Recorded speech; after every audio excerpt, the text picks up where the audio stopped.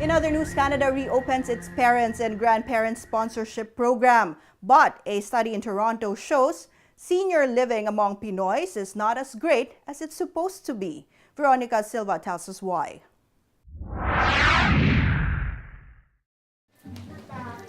Canada has reopened applications for parents and grandparents sponsorship of Canadian citizens or permanent residents under the Family Class application. Effective January 2, Canada started accepting applications for parent and grandparent sponsorship with tighter rules but a promise to reduce wait times. Only 5,000 completed applications will be accepted this year.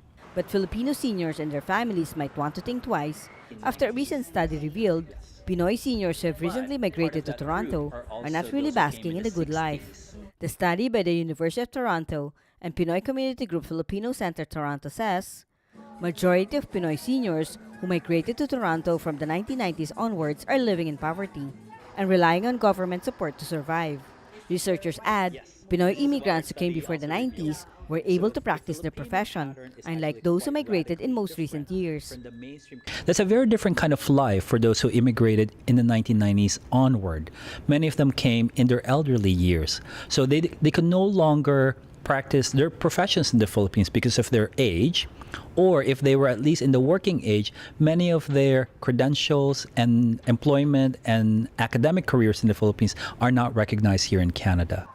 The study also notes some Pinoy seniors have other quality of life concerns, such as emotional well-being. Some seniors in the GTA join social groups like this where they can mingle with their friends aside from doing exercises. Still, some of our kababayans are saying they need more than this aside from the basic necessities. Lloyda Maghirang is a Canadian pensioner who, despite a good life in Canada, is still considering retiring in the Philippines, where she has friends and neighbors in the province who can help her in her retirement years. I'm alone here. I have a daughter, but she's living far from me. So it's better to go home kasi maraming mag-aalaga sa akin. As long as you have money, maraming mag-aalaga, right? Maghirang suggests low-income seniors in Canada should consider retiring in the Philippines instead, where the tradition of caring for neighbors still exists. Realities such as this may also be helpful in deciding whether or not sponsoring parents and grandparents is the best option for senior family members. Veronica Silva, ABS-CBN News, Toronto.